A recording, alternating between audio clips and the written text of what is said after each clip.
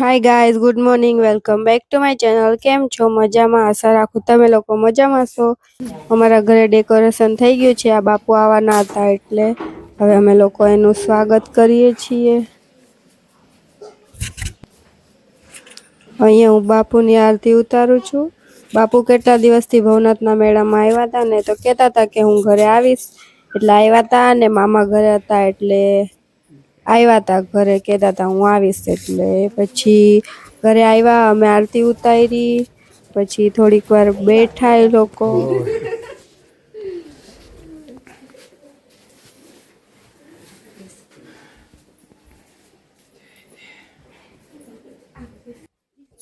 ને મમ્મી છે ને બાપુના ચરણ ધોતી હતી. એક પ્રકારનો આદર સત્કાર કહેવાય, કોઈના ચરણને સ્પર્શ કરવો, એમના આશીર્વાદ લેવા.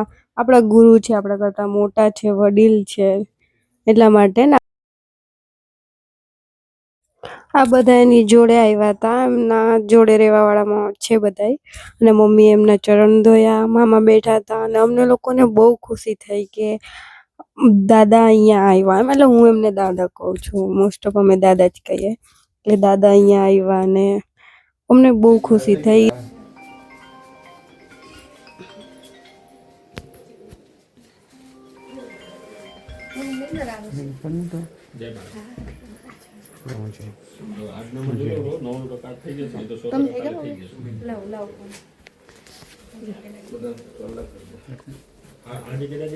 ને પપ્પા અહીંયા બાપુને પગે લાગે છે. બાપુ બહુ સારા છે, બહુ જ સારા છે. ચાલ આપણે તો પપ્પા લગાવે, આને લગાવવી પગે. આ બધા છે ને દીકુને રમાડવી હે, પણ દીકુ કોઈ પાસે જાતી જ નથી. બધાને જોઈને પીવે, નજારો લાગે. બોલાવતા હતા અંકલ, પણ એ જાતી જ નથી એની પાસે. ખબર નહીં કેમ. મને બહુ રમાડવાનો શોખ હતો પણ ના ગઈ. ના બાપુ પાસે ગઈ. બાપુ કહેતા હતા હાલ, તો ના આવી. મામા બધા એને ચાંદલા કરે છે.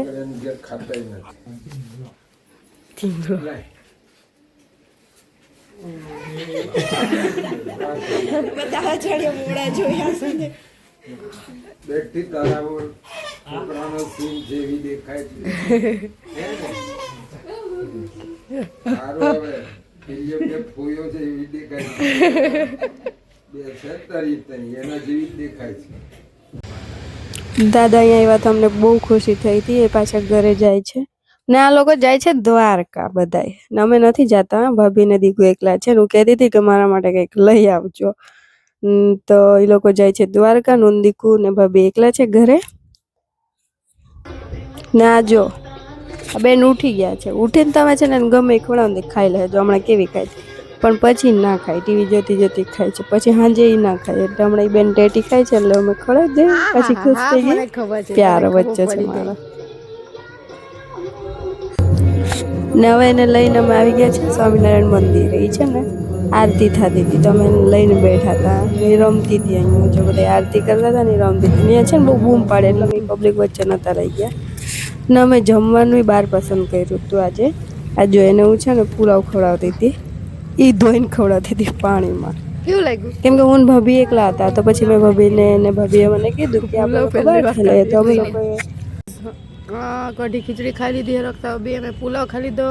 હું ઢોસો ખાવ ને પી ઢોસો ખાઈ. અને પેલા સેન્ડવિચ હતી આમાં. પેલા સેન્ડવિચ હતી. હવે હું ફોન ક્યાં રાખું?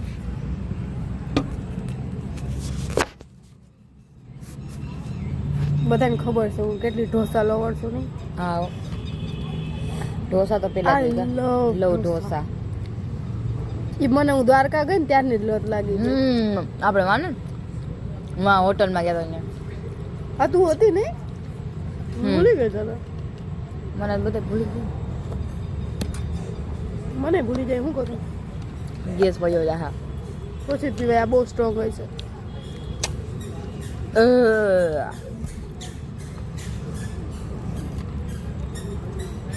ઢોસા એટલે તો મને ગજબ પ્રેમ છે. એટલે તો મારે ઘરવાળી કરું એટલો પ્રેમ છે.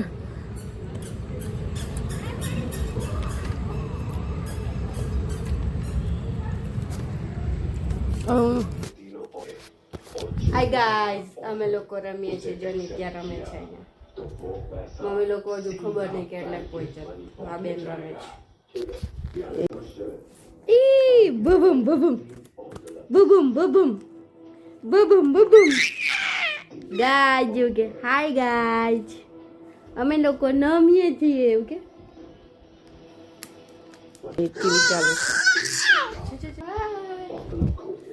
ગાઈઝ અત્યારે વાગ્યા છે રાતના 1:30 ને મને ભૂખ લાગી છે એટલે હું છે ને પોપકોર્ન બનાવું બીજો કઈ ઓપ્શન નથી ને હું અત્યારે એટલે જ આવું છું કે મમ્મી લોકો દ્વારકા ગયા ને તો હજુ લોકો આવ્યા નથી ને મને ઊંઘ આવતી નથી લોકો નહીં આવે પાછું એ લોકો આવે ને તો મારે ઉઠવું પડે મારી ઊંઘ બગડે મને એકવાર હું સુઈ જાઉં પછી મને ઉઠવાનું ના ગમે હું પછી મારી મરજી પ્રમાણે મને ઉઠવું ગમે મને કોઈ ઉઠાડે ને તો મને ના ગમે તો હું એ લોકોની રાહ જોઉં છું કે એ લોકો ક્યારે આવે હું ક્યારે શું ત્યાં સુધી હું વાંચું હું ખાઈ લઈશ થોડીક વાર વાંચીશ મારે વિડીયો એડિટ કરવાનો છે વિડીયો એડિટ કરીશ ને પછી હું હોઈ જઈશ મમ્મી લોકો પછી હોઈ જશે એટલે મમ્મી લોકો આવે પછી હોઈ જશે બધાની પથારી કરી દીધી છે ખાલી આવીને એ લોકો ખાટલામાં હોવાનું જ છે ચાદર બદર બધું ઓઢવાનું બ્લેન્કેટ બ્લેન્કેટ બધું મૂકી દીધું ના પોપકોર્ન એ બને છે હું ખોલી જાઉં ગાઈસ આ શું કર્યું જો મેં કઈ તો બંધ કરી દેવું પડશે થઈ ગયું છે ચાલો હું ખાઈ લઉં મળીએ બાય